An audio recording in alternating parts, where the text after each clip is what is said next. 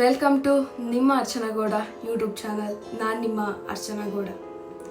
ನೀವು ಲಾಸ್ಟ್ 2 ವೀಕ್ಸಿಂದ ನೋಡ್ತಾ ಇರ್ಬೋದು ಹಾರರ್ ಸ್ಟೋರಿಗಳು ನಿಮಗೋಸ್ಕರ ಎವ್ರಿ ಸಂಡೇ ತರ್ತಾ ಇದ್ದೀನಿ. ಸೊ ಆ್ಯಸ್ ಪರ್ ದಟ್ ಈ ಸಂಡೇ ಕೂಡ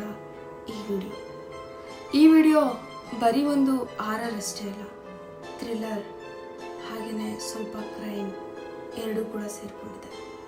ಪೂರ್ತಿ ವಿಡಿಯೋ ನೋಡಿ, ಯಾವುದೇ ಕಾರಣಕ್ಕೂ ಮಿಸ್ ಮಾಡಬೇಡಿ. ಹಾಗೆಯೇ ಇದಕ್ಕೂ ಮೊದಲೇ ನಾನು ಅಪ್ಲೋಡ್ ಮಾಡಿದ ಹಾರರ್ ಸ್ಟೋರೀಸ್ನ ನೀವು ನೋಡಿಲ್ಲ ಅಂದರೆ ಡೋಂಟ್ ಮಿಸ್, ಈಗಲೇ ಹೋಗ್ಬಿಟ್ಟು ನೋಡಿ. ಇದೇ ನಿಮ್ಮ ಅರ್ಚನಾ ಗೌಡ ಯೂಟ್ಯೂಬ್ ಚಾನಲಲ್ಲೇ ವಿಡಿಯೋಸ್ ಅವೈಲೇಬಲ್ ಇದೆ. ಸೊ ಏನು my dear horror story listeners, ಜಾಸ್ತಿ ಟೈಮ್ ವೇಸ್ಟ್ ಮಾಡೋದು ಬೇಡ, ಸ್ಟಾರ್ಟ್ ಮಾಡಬೇಡಣ. ಈ ಒಂದು ಘಟನೆ ಬಗ್ಗೆ ನಾನು ಹೇಳೋದಕ್ಕೆ ಶುರು ಮಾಡೋಕ್ಕೂ ಮೊದಲೇ ನಿಮ್ಗೆಲ್ಲರಿಗೊಂದು ವಿಷಯ ಹೇಳ್ಬಿಡ್ತೀನಿ. ಈ ವಿಚಾರನ ಸತ್ಯ ಘಟನೆ ಅಂತ ನಾನು ಯಾವ ಥರ ಹೇಳ್ತಾ ಇದ್ದೀನಿ ಅಂದರೆ, ಈ ವಿಷಯನ ನನ್ನ ಫ್ಯಾಮಿಲಿಯವರೇ ನನಗೆ ಹೇಳಿದ್ದು. ಅಂದರೆ ಒಂದು ಟೈಮಲ್ಲಿ ನಮ್ಮ ಊರಲ್ಲೇ ನಡೆದಿದ್ದ ಘಟನೆ ಅಂತ ಇದೆ. ಹೌದು, ಆ ಒಂದು ಟೈಮ್ ಅನ್ನೋ ಪದ ಯಾಕೆ ಬಳಸ್ತಾ ಇದ್ದೀನಿ ಅಂದರೆ, ಈ ಘಟನೆ ನಡೆದಿದ್ದು 80s 90s ಮಿಡ್ಲಲ್ಲಿ. ಸೊ 80ನಲ್ಲಂತೂ ನಾನು ಹುಟ್ಟಿರಲಿಲ್ಲ, 90s ಎಂಡ್ ಆಗೋ ಟೈಮಲ್ಲಿ ಹುಟ್ಬಿಟ್ಟೆ. ಸೊ ಆ ಘಟನೆ ನಡೆದಾಗ ನಾನು ಇರಲಿಲ್ಲ. ಬಟ್ ಈ ಘಟನೆನ ಯಾರು ಕಣ್ಣಾರೆ ನೋಡಿದ್ರು, ಅಲ್ಲೇನಾಗಿತ್ತು ಆ ವಿಚಾರಗಳ ಬಗ್ಗೆ ಅವ್ರಿಗೆ ಸಂಪೂರ್ಣವಾಗಿ ಅನುಭವ ಕೂಡ ಇತ್ತು. ಸೊ ಅವ್ರ ಈ ವಿಷಯನ ನನ್ನ ಹತ್ರ ಹಂಚ್ಕೊಂಡಿದ್ದಾರೆ.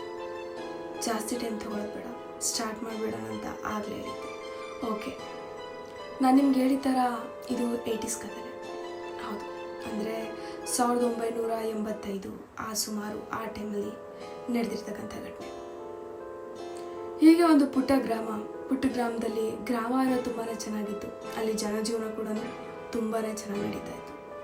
ಈ ಜನಜೀವನ ನಡೆಯೋ ಟೈಮಲ್ಲಿ 2026 ಆದ್ರೇನು 1985 ಆದ್ರೇನು ಪ್ರೇಮ ಕಥೆ ಅನ್ನೋದು ಯಾವಾಗಲೂ ಎಲ್ಲೋದ್ರೂ ನಮಗೆ ಸಿಗ್ತಾನೆ ಇರುತ್ತೆ. ಹೌದಲ್ವಾ? ಇದು ಇವಾಗಿಂದ ಅಲ್ಲ, ದೇವ್ರುಗಳನ್ನೇ ಲವ್ ಸ್ಟೋರಿ ಬಿಟ್ಟಿಲ್ಲ, ನಾವು ಮನುಷ್ಯರು. ಹೌದಲ್ವಾ? ಬಟ್ ದೇವ್ರುಗಳಿಗೂ ಪ್ರೀತಿ ಮಾಡಿದಾಗ ಕಷ್ಟ ತಪ್ಪಲಿಲ್ಲ. ಇಲ್ಲೂ ಅಷ್ಟೇ, ಈ ಕಥೆಯಲ್ಲೂ ಅಷ್ಟೇ, ಕಥೆ ಅಲ್ಲ ನಿಜವಾಗ್ಲೂ ನಡೆದಿದ್ದ ಘಟನೆಯಲ್ಲೂ ಅಷ್ಟೇ, ಆ ಇಬ್ಬರು ಪ್ರೀತಿ ಮಾಡಿದವ್ರಿಗೆ ಕಷ್ಟ ತಪ್ಪಲಿಲ್ಲ. ಹಳ್ಳಿ ಅಂದಮೇಲೆ ಸುಂದರವಾದ ಪರಿಸರ ಇರುತ್ತೆ. ಪರಿಸರಕ್ಕೆ ಕಾರಣ ಅಲ್ಲಿರೋ ತೋಟ, ಹೊಲ, ಗದ್ದೆ ಇದೆಲ್ಲದೂ ಕೂಡ ಹೌದು. ಸೊ ಈ ಹಳ್ಳಿಲೂ ಕೂಡ ಅಷ್ಟೇ, ರಾಜೀವ್ ತುಂಬಾ ಶ್ರೀಮಂತರ ಮಗ. ರಾಜೀವ್ ಅವ್ರಿಗೆ ಹೊಲ ಗಿಲ ಎಲ್ಲ ತುಂಬಾ ಚೆನ್ನಾಗಿತ್ತು. ಸೊ ಅವನ ಜವಾಬ್ದಾರಿ ಇಷ್ಟೇ, ಹೊಲಕ್ಕೆ ಆಳುಗಳನ್ನ ಕರೆಸಿ ಅವ್ರ ಹತ್ರ ಕೆಲಸ ಮಾಡಿಸೋದು, ಹೊಲದಲ್ಲಿ ಏನು ಬೆಳೆ ಬೆಳೆದಿರುತ್ತೆ ಅದನ್ನ ಬಿತ್ತನೆ ಮಾಡಿಸೋದು, ಬಿತ್ತನೆ ಮಾಡಿಸಾದ್ಮೇಲೆ ಅದನ್ನು ಕಳೆ ತೆಗೆಸ್ಬಿಟ್ಟು ವ್ಯಾಪಾರಕ್ಕೆ ಹಾಕೋದು, ಇಷ್ಟೇ ರಾಜೀವ್ನ ಕೆಲಸ ಆಗಿತ್ತು. ರಾಜೀವ್ನ ಮನೆಯಲ್ಲಿ ಟೋಟಲ್ ಆಗಿ ಅವರು ಒಂದು 5 ಜನ ಇದ್ದರು. 2 ಜನ ಅಣ್ಣಂದರು, ಇವನೊಬ್ಬ, ಇವನಿಗಿನ್ನೂ 2 ಅಕ್ಕ ತಂಗಿರು, ಹಾಗೆ ಅವರಮ್ಮ. ತುಂಬಾ ರಿಚ್ ಫ್ಯಾಮಿಲಿ ಆಗೇ ಇತ್ತು. ಆಗಿನ ಕಾಲದ ಮಟ್ಟಿಗೆ ಇವರು ತುಂಬಾ ಚೆನ್ನಾಗಿದ್ದು, ಆಸ್ತಿ ಪಾಸ್ತಿಲೆಲ್ಲ. ಹಾಗೆಯೇ ರಾಜೀವ್ ಹೀಗೆ ಅವ್ರ ಊರಲ್ಲಿ ಅವರ ಒಂದು ಹೊಲದ ಕೆಲಸ ಇದ್ದಿದ್ದರಿಂದ ಹೊಲದ ಕಡೆ ಹೋಗಿರ್ತಾನೆ. ಅಲ್ಲಿ ಅವನು ಒಂದು ಹುಡುಗಿನ ನೋಡ್ತಾನೆ. ಅವಳೇನು ಬೇರೆಯವಳಲ್ಲ, ರಾಜೀವ್ನ ಸ್ವಲ್ಪ ದೂರದ ಸಂಬಂಧಿ. ಅವ್ರ ಹೊಲದಲ್ಲೇ ಕೆಲ್ಸಕ್ಕೆ ಬಂದಿರ್ತಾಳೆ. ರಾಜೀವನ್ಗೆ ಅವಳನ್ನು ನೋಡಿದ ಮೊದಲನೇ ನೋಡ್ತಿಂತಾನೆ ಅವಳ ಮೇಲೆ ಪ್ರೀತಿ ಶುರು ಆಗ್ಬಿಡುತ್ತೆ. ಅಷ್ಟು ಚೆನ್ನಾಗಿದ್ಲು ಲತಾ. ಹೌದು, ಲತನ್ ಮೇಲೆ ಅವನಿಗೆ ಪ್ರೀತಿ ಶುರು ಆಗುತ್ತೆ. ರಾಜೀವನ್ ನೋಡಿದ್ಮೇಲೆ ಲತನ್ಗೂ ಪ್ರೀತಿ ಶುರು ಆಗುತ್ತೆ. ಇಬ್ಬರು ಒಬ್ರನ್ನೊಬ್ರು ಇಷ್ಟಪಡೋಕೆ ಶುರು ಮಾಡ್ತಾರೆ. ಲತನ್ ಬಗ್ಗೆ ಹೇಳಬೇಕು ಅಂದರೆ, ಲತನ್ ಮನೆಯವರು ಅಷ್ಟೊಂದೇನೋ ಸ್ಥಿತಿವಂತರಾಗಿರಲಿಲ್ಲ. ಅದೇ ಕಾರಣಕ್ಕೆ ಅವಳು ಬೇರೆಯವ್ರ ಹೊಲಕ್ಕೆ ಕೆಲಸಕ್ಕೆ ಬರ್ತಾ ಇದ್ಲು. ಕಾರಣ ಅವಳ ಅಣ್ಣ ಅಂಗವಿಕಲ ಆಗಿದ್ದ. ಅವರಪ್ಪ ಅವ್ರ ಹತ್ರನೂ ಕೂಡ ಆಸ್ತಿ ಎಲ್ಲ ಇತ್ತು. ಆ ಅಂಗವಿಕಲ ಅಣ್ಣನಿಗೆ ಏನಾದರೂ ಒಂದು ಟ್ರೀಟ್ಮೆಂಟ್ ಕೊಡಿಸ್ಬೇಕು ಅನ್ನೋ ಕಾರಣಕ್ಕೋಸ್ಕರ ಇರೋ ಬರೋ ಆಸ್ತಿನೆಲ್ಲ ಅವ್ರು ಕಳ್ಕೊಂಡಿರ್ತಾರೆ. ಸೊ ಲತನ್ ಮನೆ ಪರಿಸ್ಥಿತಿ ಹೇಳ್ಕೊಳೋ ಅಷ್ಟು ಚೆನ್ನಾಗಿರೋದಿಲ್ಲ. ಅವಳು ಎಕನಾಮಿಕ್ಲಿ ತುಂಬಾ ಡೌನ್ ಆಗಿರ್ತಾಳೆ. ಇದೇ ಒಂದು ಸಂದರ್ಭದಲ್ಲಿ ರಾಜೀವ್ ಲತನ್ನ ನೋಡ್ತಾನೆ, ಲತಾ ರಾಜೀವ್ನ ನೋಡ್ತಾಳೆ. ಸೊ ಇಬ್ಬರು ಮಧ್ಯೆ ಪ್ರೀತಿ ಶುರು ಆಗುತ್ತೆ.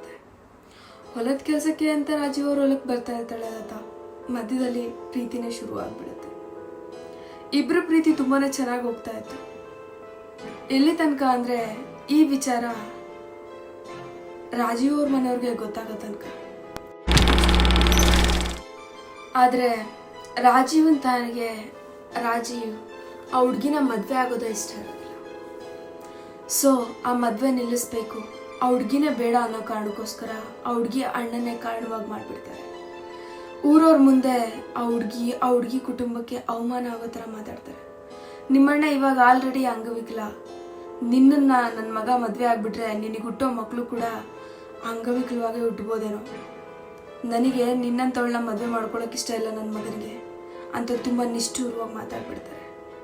ಇದನ್ನೆಲ್ಲ ಕೇಳಿದ್ಮೇಲೆ ಲತಾ ರಾಜೀವ್ಗೆ ಹೇಳ್ತಾಳೆ, ದಯವಿಟ್ಟು ನನ್ನನ್ನು ಬಿಟ್ಬಿಡು, ನನ್ನ ಮದುವೆ ಆಗಿಲ್ಲ ಅಂದರೂ ಪರವಾಗಿಲ್ಲ, ನನಗೆ ನಿನ್ನನ್ನು ಮದುವೆ ಆಗೋದಕ್ಕಾಗಲ್ಲ, ನನ್ನ ಅಣ್ಣನ ನಿಮ್ಮ ಮನೆಯವ್ರು ನಿಲ್ಲಿಸಿದ್ದಾರೆ, ಸಾಕು ಇಷ್ಟೇ ನನಗೆ ಅಂತ ಅವಳೇ ರಾಜೀವ್ನ ದೂರ ಮಾಡೋಕ್ಕೆ ರೆಡಿ ಆಗ್ತಾಳೆ.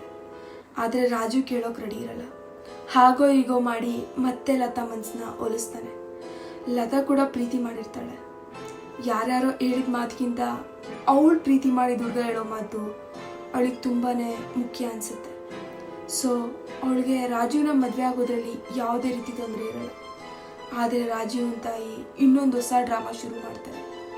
ನಾನು ಇವಾಗಲೇ ಸತ್ತೋಗ್ತೀನಿ, ನಿನಗೆ ನಮ್ಮ ಮರ್ಯಾದೆಗಿಂತ ನಮ್ಮ ಮನೆಯವರೆಲ್ಲರಿಗಿಂತನೂ ಇವತ್ತು ನೆನ್ನೆ ಸಿಕ್ಕಿರೋ ಆ ಹುಡುಗಿ ಮುಖ್ಯ ಆಗೋದ್ಲ, ನಾವೆಲ್ಲ ಸತ್ತೋಗ್ತೀವಿ, ನೀನೊಬ್ಬನು ಸುಖವಾಗಿರು ಅಂತ ವಿಷ ಕುಡಿಯೋ ನಾಟಕ ಮಾಡ್ತಾರೆ. ಇದನ್ನೆಲ್ಲ ನೋಡಿದ ರಾಜೀವ್ಗೆ, ಅಮ್ಮ ನೀನೇನು ಹೇಳ್ತೀಯೋ ಅದನ್ನೆಲ್ಲ ನಾನು ಮಾಡ್ತೀನಿ, ನೀನು ಯಾರನ್ನ ಹೇಳ್ತೀಯೋ ಅವ್ರನ್ನೇ ಮದುವೆ ಆಗ್ತೀನಿ, ಆಯಿತು ನಾನು ಲತಾ ವಿಷಯಕ್ಕೆ ಹೋಗಲ್ಲ ಅಂತ ರಾಜೀವ್ ಕೂಡ ಅವರಮ್ಮನಿಗೆ ಮಾತು ಕೊಡ್ತಾನೆ. ಮಾತು ಕೊಟ್ಟಿದ್ದ ಪ್ರಕಾರ ಅವ್ನು ಮಾತು ಕೊಟ್ಟಿದ್ದೇ ತಡ, ಅವರಮ್ಮ ಮಾತ್ರ ತಡಾನೇ ಮಾಡಲ್ಲ. ಒಂದು 15 ದಿವಸದೊಳಗಡೆ ಅವರ ಸಂಬಂಧಿಕರು ಹುಡುಗಿನ ನೋಡಿ ಆ ಹುಡುಗನಿಗೆ ಮದುವೆ ಮಾಡ್ತಾರೆ. ಅಂದರೆ ಅವರು ತುಂಬಾ ಸ್ಥಿತಿವಂತರಾಗಿರ್ತಾರೆ, ಪಕ್ಕದೂರಲ್ಲೇ ಇರ್ತಾರೆ. ಆ ಹುಡುಗಿನ ಕರೆತಂದು ರಾಜೀವನ್ಗೆ ಮದುವೆ ಮಾಡ್ತಾರೆ. ರಾಜೀವನ್ ಮದುವೆನೂ ಆಯಿತು. ಮದುವೆಲಿ ತುಂಬ ಜನ ಸೇರಿದರು, ತುಂಬಾ ಖುಷಿಯಾಗಿ ಮದುವೆನೂ ಆಯಿತು. ಆದರೆ ರಾಜೀವನ್ಗೇನು ಅಷ್ಟೊಂದು ಖುಷಿ ಇರಲಿಲ್ಲ.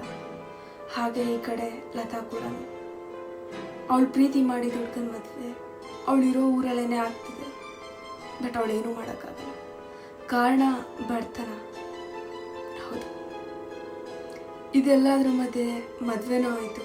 ಹೀಗೆ 1 ವರ್ಷ ಕಳೀತು, 2 ವರ್ಷ ಕಳೀತು. ರಾಜೀವ್ನು ಅವನ ಹೆಂಡತಿ ಜೊತೆ ಇರೋದಕ್ಕೆ ಶುರು ಮಾಡ್ದ, ಅಂದರೆ ಚೆನ್ನಾಗೇ ಇರ್ತಾ ಇದ್ದ.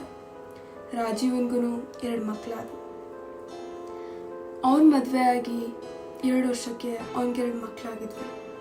ಅವನ ಮದುವೆ ಆಗಿ 2ನೇ ವರ್ಷಕ್ಕೆ ಈ ಕಡೆ ಲತನ್ಗೆ ಬೇರೆ ಹುಡುಗನ ನೋಡಿ ಮದುವೆ ಮಾಡೋದಕ್ಕೆ ಮನೆಯವರೆಲ್ಲ ತಯಾರಿ ನಡೆಸಿರ್ತಾರೆ.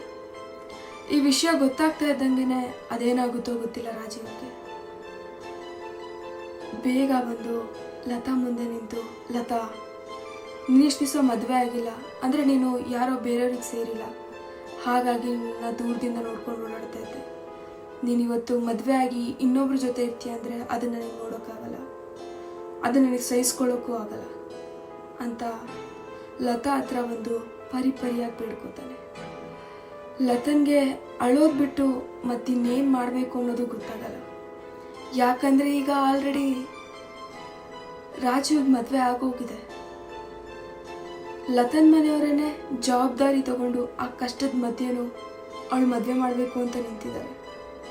ಅವಳಿಗೆ ಮದುವೆ ಆಗಲೇಬೇಕು, ಯಾಕಂದರೆ ಅವಳಿಗೆ ವಯಸ್ಸಿಗೆ ಬಂದಿರೋ 2 ತಂಗಿರಿದ್ದಾರೆ. ತುಂಬಾ ಸಂಕಷ್ಟದ ಪರಿಸ್ಥಿತಿಲಿ ಲತಾ ಇದ್ಲು. ಆದರೆ ರಾಜೀವ ತುಂಬಾ ದುಃಖದಲ್ಲಿದ್ದ.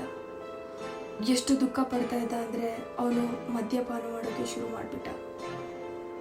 ಕುಡಿಯೋದು, ಅಲ್ಲಲ್ಲೇ ರಸ್ತೆಯಲ್ಲಿ ಬೀಳೋದು, ಇದೇ ಮಾಡೋಕ್ಕೆ ಶುರು ಮಾಡ್ದ. ಇದನ್ನು ನೋಡಿ ಅವನ ಮದುವೆ ಆಗಿದ್ದ ಹೆಂಡತಿಗೂ ನೆಮ್ಮದಿ ಇರಲಿಲ್ಲ, ಈ ಕಡೆ ಲತನ್ಗೂ ನೆಮ್ಮದಿ ಇರಲಿಲ್ಲ. ಇನ್ನು 3 ದಿವಸದಲ್ಲಿ ಲತನ್ ಮದುವೆ.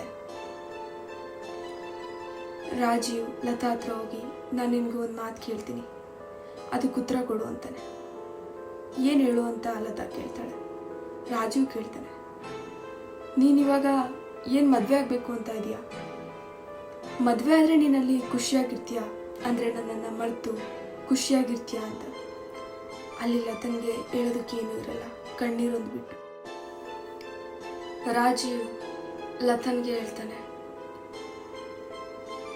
ನಾನು ನಿನಗೆ ಏನೋ ಒಂದು ಹೇಳ್ತೀನಿ, ಆಗಲ್ಲ ಅಂತ ಮಾತ್ರ ಹೇಳ್ಬಾರ್ದು. ಮೊದಲು ನೀನು ಆಣೆ ಮಾಡು, ಆಮೇಲೆ ನಾನು ಹೇಳ್ಬಿಡ್ತೀನಿ ಅಂತಾಳೆ. ಲತಾ ಹೇಳ್ತಾಳೆ, ಮೊದಲೇ ನಾ ವಿಷಯ ಹೇಳು, ಆಮೇಲೆ ನಾನು ಆಣೆ ಮಾಡ್ತೀನಿ ಅಂತಾಳೆ. ಆದರೆ ರಾಜೀವ್, ನಾನು ಆ ವಿಷಯ ಇವಾಗ ಹೇಳಲ್ಲ, ನೀನು ನನಗೆ ಆಣೆ ಮಾಡಿದ್ರೇ ನಾನು ನಿನ್ಗೆ ಆ ವಿಷಯ ಹೇಳ್ತೀನಿ. ಆಣೆ ಮಾಡಿಬಿಟ್ಟು ಆಗಲ್ಲ ಅಂತ ಮಾತ್ರ ಹೇಳ್ಬಾರ್ದು ಅಂತ ಹೇಳ್ತಾಳೆ. ಅದಕ್ಕೆ ಲತಾ ಆಯಿತು ಅಂತೇಳಿ, ಆಯಿತು ನಿನ್ನ ಮೇಲೆ ಆಣೆನೆ, ಏನು ಹೇಳು, ನೀನು ಹೇಳಿದ್ದನ್ನು ಮಾಡಿಕೊಡ್ತೀನಿ ಅಂತಾಳೆ. ಹಾಗಾದರೆ ಇವಾಗಲೇ ನಡಿ, ನಾನು ನಿನ್ನ ತಾಳಿ ಕಟ್ತೀನಿ, ನಿನ್ನ ಮದುವೆ ಮಾಡ್ಕೋತೀನಿ, ನಾನು ನಿನ್ನ ನನ್ನ ಜೊತೆನೇ ಇಟ್ಕೊತೀನಿ. ಯಾಕಂದರೆ ನನಗೆ ನಿನ್ನನ್ನು ಬೇರೆಯವ್ರ ಜೊತೆ ಊಹಿಸ್ಕೊಳ್ಳೋಕ್ಕೂ ಇಷ್ಟ ಇಲ್ಲ ಲತಾ ಅಂತ ಜೋರಾಗಿ ಹೇಳ್ತಾನೆ. ಲತಾನೂ ಕೂಡ ತುಂಬಾ ಹೇಳ್ತಾಳೆ. ಲತನ್ಗೆ ಬೇರೆಯವ್ರ ಜೊತೆ ಅವಳ ಜೀವನ ಹಂಚ್ಕೊಳ್ಳೋದಿರಲಿ, ಬೇರೆ ಗಂಡಸ ಪಕ್ಕ ನಿಂತ್ಕೊಳ್ಳೋದಕ್ಕೂ ಅವಳಿಗೆ ಇಷ್ಟ ಇರೋದಿಲ್ಲ. ಯಾಕಂದರೆ ರಾಜೀವ್ನ ಅವಳು ಅಷ್ಟೊಂದು ಪ್ರೀತಿ ಮಾಡಿರ್ತಾಳೆ. ಇಷ್ಟೆಲ್ಲ ಇದ್ದಾಗ ರಾಜೀವನೇ ಆಣೆ ತಗೊಂಡು ರಾಜೀವನೇ ನಾನೆಲ್ಲ ನೋಡ್ಕೊತೀನಿ ಅಂದಾಗ ಲತನ್ಗೆ ಅವನ ಜೊತೆ ಹೋಗೋದೇ ಸರಿ ಅನಿಸುತ್ತೆ. ಯಾಕಂದರೆ ರಾಜೀವ ಮತ್ತು ಅವಳ ಪ್ರೇಮ ಕತೆ ಇವಾಗ ಮದುವೆ ಆಗ್ತಾರೋ ಹುಡುಗನಿಗೆ ಗೊತ್ತಿರುತ್ತೆ. ಅದು ಒಂದು ಭಯ ಅವಳ ಮೈಂಡಲ್ಲಿ ಯಾವಾಗಲೂ ಇರ್ತಾ ಇರುತ್ತೆ. ಮುಂದೆ ಒಂದು ದಿವಸ ಈ ಹುಡುಗ ನನ್ನ ಮತ್ತು ರಾಜೀವನ ಬಗ್ಗೆ ಕೇಳಿ ನನಗೆ ಏನಾದರೂ ತೊಂದರೆ ಕೊಡ್ಬೋದಾ ಅನ್ನೋದು. ಆದರೆ ಈಗ ಇಲ್ಲಿ ರಾಜೀವನೇ ಬಂದು ನಾನೇ ನಿನ್ನ ಮದುವೆ ಆಗ್ತೀನಿ ಅಂತ ಕೇಳ್ತಾ ಇರಬೇಕಾದ್ರೆ ಲತನ್ಗೆ ಏನು ಹೇಳಬೇಕು ಅಂತಲೇ ಗೊತ್ತಾಗ್ತಿರಲ್ಲ. ಒಂದು ಕಡೆ ರಾಜೀವ್ ಮದುವೆ ಆಗಿದ್ದಾನೆ, ಇನ್ನೊಂದು ಕಡೆ ಬೇರೆ ಹುಡುಗನ್ನ ಹೆಂಗೆ ಮದುವೆ ಆಗಿರೋದು ಅನ್ನೋ ಗೊಂದಲದಲ್ಲಿ ಇರ್ತಾಳೆ ಲತಾ.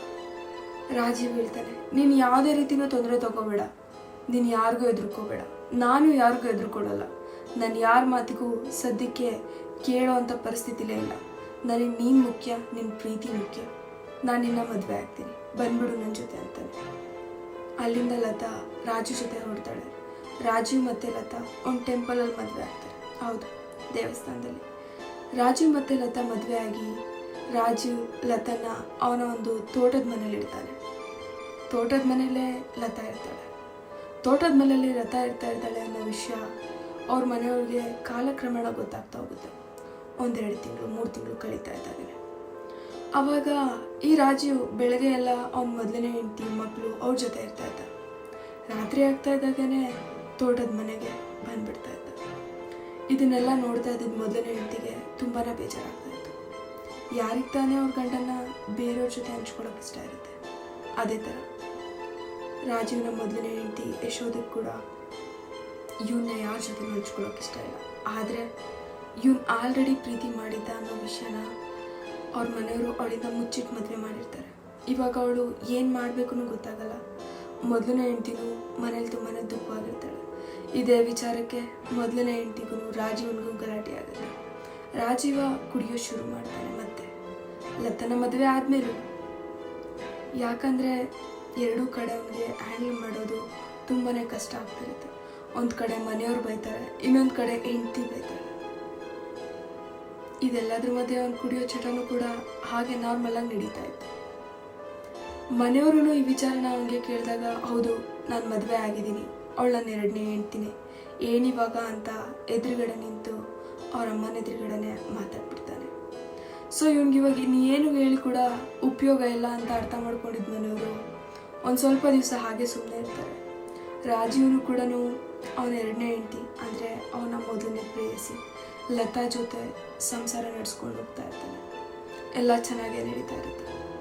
ಆವತ್ತಿನ ದಿವಸ ರಾಜೀವ್ ನಮ್ಮ ಬೆಳಗ್ಗೆನೇ ಹೇಳ್ತಾರೆ, ರಾಜೀವ ಇವತ್ತು ಇಲ್ಲೇ ನಿಮ್ಮ ಅಣ್ಣನ ಮನೆಗೆ ಬಂದ್ಬಿಡು, ರಾತ್ರಿಗೆ ಮಟನ್ ಊಟ ಮಾಡ್ತೀವಿ, ಊಟ ಮಾಡ್ಕೊಂಡು ಹೋಗುವಂತೆ ಅಂತ. ಆವಾಗ ರಾಜೀವ ಆಯ್ತಮ್ಮ, ಹೆಂಗೋ ಎಲ್ಲರೂ ಸರಿ ಹೋದ್ರಲ್ಲ ಅನ್ನೋ ಖುಷಿಲಿ ಆಯಿತು ಅಂತ ಹೇಳ್ತಾನೆ. ಹಾಗೆಯೇ ರಾಜೀವನ ಬಾವ ರಾಜೀವನ ಕರ್ಕೊಂಡೋಗಿ ಪೂರ್ತಿಯಾಗಿ ಕುಡಿಸ್ಕೋತಾರೆ, ಅಂದರೆ ಮದ್ಯಪಾನ ಮಾಡಿಸ್ತಾರೆ. ಮಾಡಿಸಿ ರಾಜೀವನ್ಗೆ ಅವ್ರ ಅಣ್ಣನ ಮನೆಗೆ ಕರ್ಕೊಂಡೋಗಿ ಮಟನ್ ಊಟ ಮಾಡಿಸ್ತಾರೆ. ರಾಜೀವನ್ಗೆ ಕುಡ್ದಿದ್ದು ಜಾಸ್ತಿ ಆಯಿತು, ಊಟನೂ ಎಲ್ಲ ಮುಗಿತು. ಅವನು ಎದ್ಬಿಟ್ಟು ಎಲ್ಲೂ ಬರೋ ಪರಿಸ್ಥಿತಿ ಇರಲಿಲ್ಲ. ರಾಜೀವ್ ಕುಡ್ದು ಊಟ ಮಾಡಿ ಅವ್ರ ಅಣ್ಣನ ಮನೆಯಲ್ಲೇ ಮಲಗಿಬಿಡ್ತಾನೆ. ಅವನೇನೋ ನಿದ್ದೆ ಹೋಗಾಯ್ತು. ಆದರೆ ಅವತ್ತು ರಾತ್ರಿ ಎಚ್ಚರವಾಗಿದ್ದು ಆ 5 ಜನ. ರಾಜೀವ್ನ ಇಬ್ರು ಅಣ್ಣಂದ್ರು, ಅವನ ಭಾವ, ಹಾಗೆಯೇ ಅವರ ಅಕ್ಕ ಮತ್ತು ಅವರ ಅಮ್ಮ. ಇಷ್ಟು ಜನ ಕೂಡ ರಾಜೀವ್ ತೋಟದ ಮನೆ ಕಡೆಗೆ ಹೊರಡ್ತಾರೆ. ತೋಟದ ಮನೆಗೆ ಹೋಗ್ತಾ ಹೋಗ್ತಾ ರಾಜೀವ್ನ ಎರಡನೇ ಅಣ್ಣ ರಾಜೀವ್ ಯಾವ ರೀತಿ ಶಿಳ್ಳೆ ಹೊಡೆದು ಹಾಡು ಹೇಳ್ಕೊಳ್ತಾ ಹೋಗ್ತಾ ಇದ್ದ ಅಂದರೆ, ರಾಜೀವ್ ಒಂದು ಸಿಗ್ನಲ್ ಕೊಡ್ತಿದ್ದ ರಾತ್ರಿ ಹೊತ್ತಲ್ಲಿ ಮನೆಗೆ ಹೋಗ್ಬೇಕಾದ್ರೆ ಲತನ್ಗೆ. ಅದೇ ರೀತಿ ಸಿಗ್ನಲ್ ಕೊಡ್ತಾ ಹೋಗ್ತಾನೆ. ಲತಾನು ಕೂಡ ಖುಷಿಯಿಂದ ಇನ್ನೇನು ರಾಜೀವ್ ಬಂದ ಅಂತೇಳಿ ಬಾಗಿಲು ಓಪನ್ ಮಾಡ್ತಾಳೆ. ಓಪನ್ ಮಾಡಿದ ತಕ್ಷಣ ಇವರೆಲ್ಲ ಒಂದೇ ಸರಿ ಒಳಗಡೆ ನುಗ್ತಾರೆ. ಲತಾ, ಯಾಕೆ ಈ ಥರ ಬರ್ತಾ ಇದ್ದೀರಾ? ಏನಕ್ಕೆ ಸಡನ್ನಾಗಿ ಬಂದ್ಬಿಟ್ಟಿದ್ದೀರಾ ಈ ಕತ್ಲಲ್ಲಿ ಅಂತ ಕೇಳೋದ್ರೊಳಗಡೆ ರಾಜೀವ್ನ ತಾಯಿ ಅವ್ಳ ಕಪಾಳ ಕುಡಿತಾರೆ. ಅವಳಿಗೆ ಕಪಾಳ ಕುಡಿದು ಎಲ್ಲರೂ ಆ 5 ಜನನು ಸೇರಿ ಲತಾಗೆ ಚೆನ್ನಾಗಿ ಹೊಡಿತಾರೆ, ಚೆನ್ನಾಗಿ ಬೈತಾರೆ. ಲತಾ, ಹೊಡಿಬೇಡಿ, ನನ್ನ ನೋಡಿಬೇಡಿ, ನಂದೇನು ತಪ್ಪಿಲ್ಲ, ನಾನು ಹೇಳಿದ್ದೆ ರಾಜೀವ್ನಿಗೆ ಬೇಡ ಅಂತ. ಅದರಿಂದನೇ ತಾನೇ ನಾನು ಬೇರೆ ಮದುವೆ ಆಗ್ತಿದ್ದೆ. ರಾಜೀವ್ ನನ್ನ ಬಿಟ್ಟಿರೋದಿಲ್ಲ, ನನಗೂ ಅವ್ರನ್ನ ಬಿಟ್ಟಿರೋದಕ್ಕಾಗೋದಿಲ್ಲ. ಅದಕ್ಕೋಸ್ಕರನೇ ನಾನು ಈ ಮದುವೆ ಆಗಿದ್ದು. ಹೊಡಿಬೇಡಿ ಅಂತ ಎಷ್ಟು ಬೇಡ್ಕೊಂಡ್ರು ರಾಜೀವ್ನ ಮನೆಯವ್ರು ಕೇಳೋಕ್ಕೆ ರೆಡಿ ಇರಲ್ಲ. ಅವಳಿಗೆ ಮನಸ್ಸೋ ಇಚ್ಛೆ ಹೊಡಿತಾ ಇರ್ತಾರೆ. ಆಗ ರಾಜೀವ್ನ ಹೆಂಡ್ತಿ ಲತಾ ಹೇಳ್ತಾಳೆ, ನಾನಿವಾಗ 3 ತಿಂಗಳು ಗರ್ಭಿಣಿ ಇದ್ದೀನಿ, ಹೊಡಿಬೇಡಿ, ನಿಮ್ಮ ಕಾಲು ಹಿಡ್ಕೊತೀನಿ ಅಂತ ರಾಜೀವ್ನ ದೊಡ್ಡಣ್ಣನ ಹತ್ರ ಹೇಳ್ತಾಳೆ.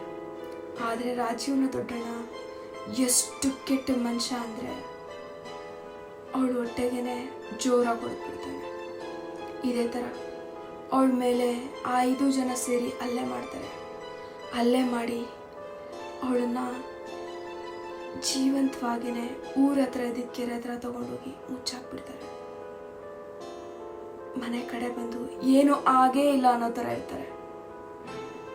ನೆಕ್ಸ್ಟ್ ಡೇ ಆ ಊರ ಹತ್ರ ಕೆರೆ ಹತ್ರ ಒಬ್ಬ ಹಸು ಸಾಕೋ ವ್ಯಕ್ತಿ ಹೋಗಿರ್ತಾನೆ. ಅವನೋದಾಗ ಇವೆಲ್ಲ ಲತಾ ವಸ್ತುಗಳಿದ್ದಂಗಿದೆ, ಇದ್ಯಾಕೆ ಇಲ್ಲೆಲ್ಲ ಬಿದ್ದಿದೆ, ಏನಾಗಿರ್ಬೋದು ಅಂತ ನೋಡ್ಕೊಂಡೋದಾಗ ಅಲ್ಲಿ ಲತಾ ಬಾಡಿ ಬಿದ್ದಿರುತ್ತೆ. ಅದನ್ನ ನೋಡಿದ ಹಸು ಕಾಯೋನ್ಗೆ ತುಂಬಾ ಭಯ ಆಗುತ್ತೆ. ಇಡೀ ಊರವರೆಲ್ಲ ಸೇರ್ತಾರೆ. ಅಲ್ಲಿ ಹಾಗೇನೆ ರಾಜೀವ್ ಕೂಡ ಸೇರ್ತಾರೆ. ರಾಜೀವ್ ಹಣೆ ಚೆಚ್ಕೊಂಡು ಅಳೋಕೆ ಶುರು ಮಾಡ್ತಾನೆ. ನನ್ನಿಂದನೇ ನೀನು ಇವತ್ತು ಸತ್ತಿದ್ದು, ನಿನ್ನ ಪಾಡಿ ನೀನು ಯಾಕೆ ಮದುವೆ ಆಗ್ತಿದ್ದೆ, ನನ್ನ ಪ್ರೀತಿಗೆ ನೀನು ಸೋತು ನಾನು ಹೇಳ್ದೆ ಅನ್ನೋ ಒಂದೇ ಕಾರಣಕ್ಕೋಸ್ಕರ ನನ್ನ ಮದುವೆ ಆದೆ. ಇವತ್ತು ನೀನು ಸತ್ತೋಗ್ಬಿಟ್ಟೆ, ಹೆಂಗೆ ಸತ್ತೋದೆ ಅಂತ ಅಳೋಕೆ ಶುರು ಮಾಡ್ತಾನೆ. ಆದರೆ ಅವನಿಗೆ ಅವಾಗ ಗೊತ್ತಿಲ್ಲ ಅವ್ರ ಮನೆಯವರೇನೇ ಇದನ್ನೆಲ್ಲ ಮಾಡಿದ್ದಾರೆ ಅಂತ. ಹೀಗೆ ಅವಳು ಸತ್ತೋಗಿ 1-2-3 ದಿವಸ ಆಗೋಕ್ಕಾಗೆ ಶುರು ಆಯಿತು. 1 ವಾರ ಆಯಿತು. ಲತಾ ಮನೆಯವರು ಇದ್ರ ಬಗ್ಗೆ ಯಾವುದೇ ರೀತಿ ಆ್ಯಕ್ಷನ್ಸು ತಗೊಳ್ಳಲ್ಲ. ಯಾಕಂದರೆ ಲತಾ ಮನೆಯವ್ರ ಮನಸ್ಸು ಮುರಿದೋಗಿರುತ್ತೆ. ಅವಳು ಅವ್ರ ಮನೆಯವ್ರು ನಿಶ್ಚಯ ಮಾಡಿದ ಮದುವೆನ ಮುರಿದು ಇಲ್ಲಿ ರಾಜು ಜೊತೆ ಮದುವೆ ಆಗಿರ್ತಾಳೆ. ಅದಕ್ಕೋಸ್ಕರ ಅವ್ರು ಯಾವುದೇ ರೀತಿ ಕಂಪ್ಲೇಂಟ್, ಪೊಲೀಸ್ ಇದು ಯಾವುದಕ್ಕೂ ಹೋಗಲ್ಲ. ಏನೋ ಬಾವಿಲಿ ಬಿದ್ಲು ಕೆರೆಯಲ್ಲಿ ಬಿದ್ಲು ಸತ್ಲು ಅಂತ ಸುಮ್ಮನೆ ಆಗೋದು. ಜಾಸ್ತಿ ತಲೆನೇ ಕೆಡಿಸ್ಕೊಳ್ಳಿಲ್ಲ. ಇಲ್ಲಿ ರಾಜೀವನ್ಗೆ ಅವ್ನು ಕೊಡ್ತಿದ್ದ ಚಟ ಜಾಸ್ತಿನೇ ಆಯಿತು. ದಿನೇ ಒಂಥರ ಹುಚ್ಚನ್ ಥರ ವರ್ತನೆ ಮಾಡೋಕೆ ಶುರು ಮಾಡಿದ ಲತಾನ ನೆನಪಲ್ಲೇನೆ. ಯಾಕಂದರೆ ಲತಾ ಅಂದರೆ ಅವನಿಗೆ ಅಷ್ಟು ಇಷ್ಟ. ಇದೆಲ್ಲ ಇನ್ನು ನಡೀತಾ ಇತ್ತು. ಇದ್ರ ಮಧ್ಯೆ ಅವರಣ್ಣ ತೋಟ ನೋಡ್ಕೊಳ್ಳೋಕೆ ಅಂತ ಅವತ್ತು ರಾತ್ರಿ ತೋಟಕ್ಕೆ ಹೋಗ್ತಾರೆ. ಅವನು ತೋಟಕ್ಕೆ ಎಂಟ್ರಿ ಆಗ್ತಾ ಇರ್ತಾನೆ. ಎಂಟ್ರಿ ಆಗೋ ಟೈಮಲ್ಲೇ ಜೋರಾಗಿ ಒಂದು ಹೆಣ್ಮಗು ಅಳೋ ಸೌಂಡು. ಅವಳು ಅಳೋ ಸೌಂಡು ಹೆಂಗಿತ್ತು ಅಂದರೆ, ಅವತ್ತು ರಾತ್ರಿ ಇವನು ಲತನ್ ಗುಡಿಬೇಕಾದ್ರೆ ಲತಾ ಯಾವ ರೀತಿ ಹೇಳ್ತಾ ಇದ್ಲು ಅದೇ ಥರ. ಒಂದು ಹೆಣ್ಮಗು ಅಳೋ ಸೌಂಡು ಇದ್ದಕ್ಕಿದ್ದಾಗೇನೆ ಅವ್ರ ಹೊಲದಲ್ಲಿ ಕೇಳಿಸ್ತಾ ಇದೆ. ಅಲ್ಲಿಗೆ ಅವ್ರ ಅಣ್ಣನಿಗೆ 50% ಅರ್ಥ ಆಯಿತು, ಇದು ಲತಾನ ಆತ್ಮನೇ ಇರ್ಬೋದು ಅಂತ. ಯಾವಾಗ ಅವಳ ನೆರಳು ನೋಡಿದ್ನೋ ಅವನಿಗೆ ಖಂಡಿತವಾಗ್ಲೂ ಕನ್ಫರ್ಮ್ ಆಗೋಯ್ತು. ಅಲ್ಲಿ ಅವ್ನು ನೋಡೋಕೆ ಶುರು ಮಾಡಿದವನು ಹೋಗಿ ನಿಂತಿದ್ದು ಅವ್ರ ಮನೆ ಬಾಗ್ಲಲ್ಲೇ. ಏದುಸಿರು ಬಿಡ್ತಾ ಅವ್ರ ಅಮ್ಮನ ಹತ್ರ ಹೇಳ್ತಾನೆ, ಅಮ್ಮ ಲತಾ, ಅಮ್ಮ ಲತಾ. ಅವರಮ್ಮ ಏನೋ ಲತಾ, ಏನೋ? ಅವನಿಗೆ ಹೇಳೋದಕ್ಕಾಗ್ತಾ ಇಲ್ಲ, ಯಾಕಂದರೆ ಅಷ್ಟು ಭಯಾನಕವಾಗಿತ್ತು ಲತಾ ನಾವು ನೋಡಿದ್ದು. ಯಾಕಂದರೆ ಲತಾ ಈಗ ಬದುಕಿಲ್ಲ ಅಲ್ವಾ, ಸತ್ತೋಗ್ಬಿಟ್ಟಿದ್ದಾಳೆ. ಹೌದು. ಮುಂದೆ ರಾಜೀವ್ ಫ್ಯಾಮಿಲಿ ಆ ಹೊಲದಲ್ಲಿ ಏನು ಮಾಡ್ತಾರೆ, ನೆಕ್ಸ್ಟ್ ಅವ್ರ ಮನೇಲಿ ಏನೆಲ್ಲ ಚೇಂಜಸ್ ಆಗುತ್ತೆ, ಪ್ರತಿಯೊಂದೂ ನಾನು ನಿಮಗೆ ನೆಕ್ಸ್ಟ್ ಪಾರ್ಟಲ್ಲಿ ಹೇಳ್ತೀನಿ. ನೆಕ್ಸ್ಟ್ ಪಾರ್ಟ್ ಇದೇ ಬುಧವಾರ 9 ಗಂಟೆಗೆ ಅಪ್ಲೋಡ್ ಮಾಡ್ತಾ ಇದ್ದೀನಿ. ಮಿಸ್ ಮಾಡಬೇಡಿ, 9 ಗಂಟೆಗೆ ಮಿಸ್ ಮಾಡ್ದೇನೆ ಪಾರ್ಟ್ 2